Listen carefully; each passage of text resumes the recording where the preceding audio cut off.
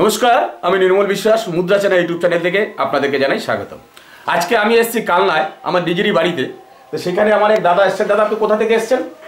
কাটোয়া থেকে। কাটোয়া থেকে এসেছেন। আপনি আগে কোথায় থাকতেন? আমি আগে ছিলাম গুজরাটে ছিলাম। আচ্ছা, গুজরাট থেকে বাড়ি এসেছি। বাড়ি এসেছি মানে আপনার সাথে যোগাযোগ করে আপনার কাছে এসেছি। আচ্ছা, আপনি আমার ভিডিও কতদিন থেকে দেখছেন? আমি আজ প্রায় আপনার ভিডিও মোটামুটি 7-8 মাস হবে। আচ্ছা, 7 মাস ধরে আপনি আমার ভিডিওটা দেখছেন, তাই তো? দেখার পরে আপনি মোটামুটি উৎসাহিত হয়ে এই কয়েনগুলো আবার আপনার জায়গায় এসে তারপর আপনি কয়েনগুলো আমার কাছে নিয়ে এসেছেন। হ্যাঁ, আপনার কাছে নিয়ে এসেছি। আপনি এখানে কিছু কয়েনগুলো নিয়ে এসেছেন। তা আপনার কাছে আমি আর কিছু যে 50 পয়সাগুলো কোথায় গেল, যেটাকে আমি বললাম এই যে দর্শক, এই দাদা এই 50 পয়সাটা কালেক্ট করেছে কোনো একটা জায়গা থেকে। কোনো একটা জায়গা থেকে এই 50 পয়সাগুলো কালেক্ট করেছে, কিন্তু এই 50 পয়সাগুলো হচ্ছে ফেক। দর্শকদের উদ্দেশ্যে বলছে, একটা জিনিস মাথায় রাখবেন, এটা হচ্ছে ফেক পয়সা।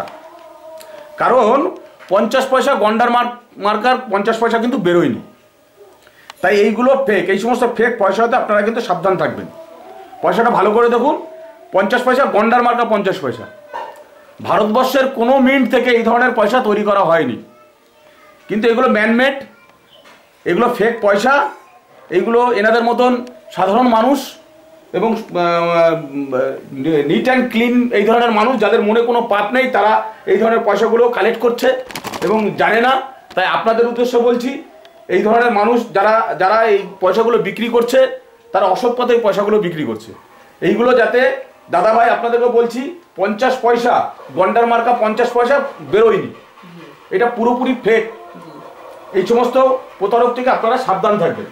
তাছাড়া আপনি কিছু পয়সা নিয়ে এসছেন, আমি দেখলাম তাতে অনেক ধরনের পয়সা আছে।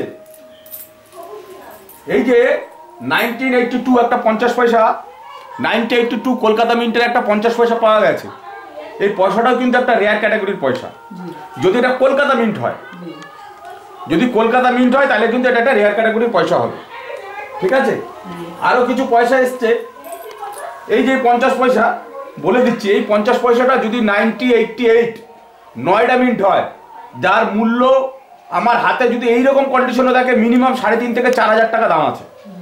যদি 1988 নয়ডা মানে সালের নিচে কিন্তু একটা ডট থাকবে, তাহলে সেই পয়সাটার দাম কিন্তু 3.5 থেকে 4,000 টাকা। Fine condition, very fine condition আরও দাম বেশি, এক্সট্রা ফাইন আরও দাম বেশি, ইউএনসিতে আরও দাম বেশি হবে। ঠিক আছে? কিছু কিছু পয়সা আছে, আমি সব পয়সাগুলো চেক করব। আপনি কিছু টাকাও নিয়ে এসছেন, এই টাকাগুলো আমি চেক করে দেখে নেব। যদি এই টাকাগুলো গভর্নরের সিগনেচার ঠিকঠাক থাকে, আমি আপনার কাছ থেকে টাকাগুলো কালেক্ট করে নেব। ঠিক আছে? আর একটা পয়সা নিয়ে এসছে দর্শক, এই পয়সাটা নিয়ে এসছে, এই পয়সাটা আমি চেক করবো আরেকবার ভালো করে। তবে কিছু কিছু জায়গায় ওনাকে আমি দেখলাম কিছু ফেক পয়সা ওনার কাছে আছে, মানে ডুপ্লিকেট পয়সা ওনার কাছে আছে। এটাকে আমি আরেকবার চেক করব এই পয়সাটা অরিজিনাল কিনা। তারপর ওনাকে আমি এই পয়সাটার যা মূল্য আছে এবং বইতে যা মূল্য আছে, দাদাকে আমি প্রথমেই বলেছি, আপনাকে আমি প্রথমেই বলেছি, এই বইতে এই পয়সা 2024-এর আপডেট এই বইতে এই পয়সার যা যা মূল্য আছে, আমি সেই মূল্যই আপনাকে এই পয়সা থেকে দেবো। সরি, এই বই থেকে আপনাকে তাই দেবো। যদি আপনার মনে হয় যে না আমি বিক্রি করব, আপনি বিক্রি করতে পারেন, আমি সেটা কালেক্ট করব। আর যদি মনে করেন না আপনি বিক্রি করবেন না, কোনো অসুবিধা নেই, আপনি আপনার পয়সা রিটার্ন নিয়ে যাবেন।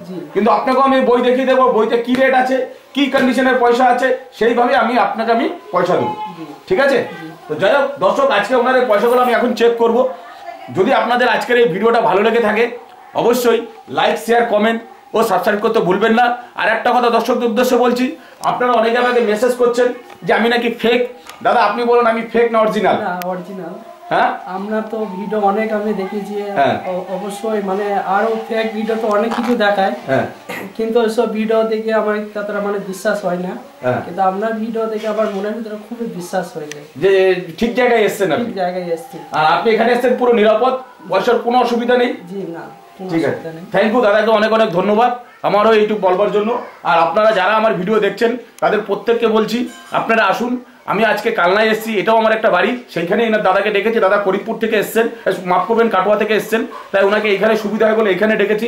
যারা বারাসাত দিকে থাকেন, সাউথে থাকেন, তারা অবশ্যই, আমার বাড়ি বারাসাত, সেখানে আপনারা আমার মোবাইল নাম্বার দেওয়া আছে, যে আমার প্রত্যেকটা ভিডিওতে মাফ করেন, বেশিরভাগ ভিডিওতে আমার মোবাইল নাম্বার দেওয়া আছে, আপনার ভিডিওগুলো দেখবেন, সেখানে আমার মোবাইল নাম্বার অ্যাড্রেস সব দেওয়া আছে। আপনারা অবশ্যই সেখানে যোগাযোগ করে আমার সাথে যোগাযোগ করবেন, আমার বাড়িতে আসুন, আপনারা নিশ্চিন্তে নির্ভাবনায় আমার বাড়িতে আসতে পারেন। যাই হোক, আজকের এই ভিডিওটা যদি ভালো লেগে থাকে অবশ্যই লাইক, শেয়ার, কমেন্ট ও সাবস্ক্রাইব করতে ভুলবেন না। থ্যাংক ইউ, নমস্কার।